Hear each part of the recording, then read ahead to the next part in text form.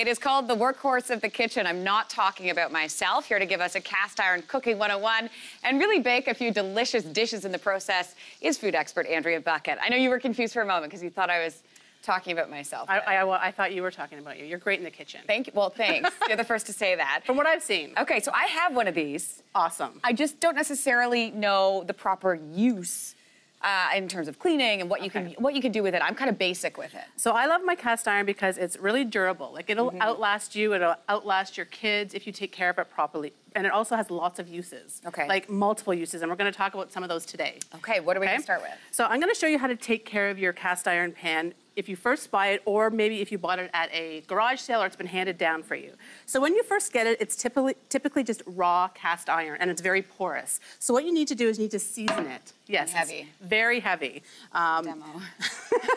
But what you need to do is you need to clean it first. So sometimes you'll get a cast iron that has some rust on it. Okay, and what you do very first is you want to soap it down, water, soap, a little bit of a bristle pad, get everything off there, dry it really well, and then it's time to season. So when you season, you're gonna put about a tablespoon of oil. It really doesn't matter what kind of oil you put on there. Okay. Typically lard, canola oil, those are all great choices. Okay.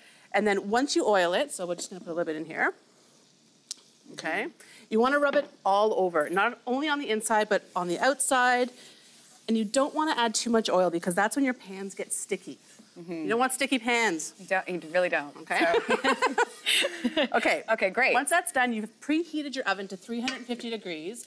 Place it on a baking sheet so when it goes in, the oil doesn't drip out. See, this was my question. We were talking about this yesterday. I was like, why would you put your pan in upside down when I have an open flame at the bottom? Like, this doesn't make sense to me, but this makes a little bit more sense. Yeah, so you want it to cure all over. You want it to get that nice seasoning, because what happens is as that oil heats up, it creates this bond to create a non-stick and rust-proof surface. Okay. Okay? All right. So for me, the best thing to make in a cast iron, bar none, pizza. Love pizza. Are you with me? Yes, absolutely. Okay.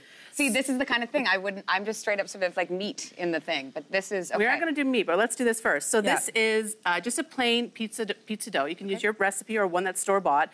Put it in your pan. The key here, lots of oil in the bottom. Because it's going to give you that sort of light and crispy crust, but a fried and brown caramelized bottom. Oh, yeah. Like there's nothing better, okay? So, Linz, I'm going to get you to top this. We're going to put some pesto here, but you could use like whatever you wanted. I love pesto. I think this is a good call. Yeah.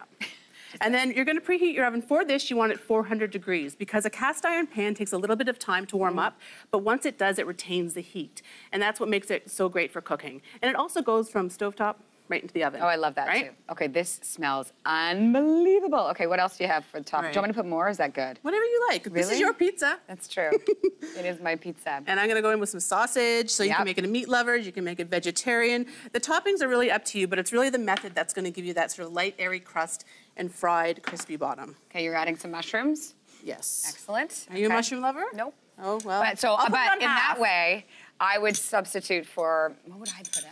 Peppers, maybe? Peppers, perfect. Yeah? Okay, this is going to go right in the oven. Okay. Okay, let's get that in there. And then we are going to grab this one. And they're heavy, so you make them two hands. Yeah, okay. And this is hot. So as you can see, I want to show you because this is, you know, what you want it for. Look at the bottom here. I don't know if you can get that. Oh, yes, they can. That right there. That looks good. That is why you make your pizza in a cast iron. I love that. Okay. What a great idea. So we're just going to finish it with a little bit of, let's put some arugula on there because I like a little bit of fresh with the rest of those ingredients. And then finally, of course, you can't have pizza without this business. Little parm. Little parm. That looks great. Take it to the table and voila, you're done. Pull it apart and eat away. Okay, that's a great idea. I've been listening to this sizzle. We don't have too much time, so let's try to get through this. Okay, so this is what you want to do in the winter when you don't have access to an outside grill. Steak is the ultimate thing to cook in there because it gives you that hard sear. You get a really great crust, a little bit of butter. Yes. And again, you want to use a towel, and you're just going to baste that. And when it's done, you're going to take it out. Yes, you are. Okay, the other thing I want to talk about, because you said we don't have much time, is you can bake in these. Okay. Okay, so most people think that you can just cook in them, but actually baking's really good.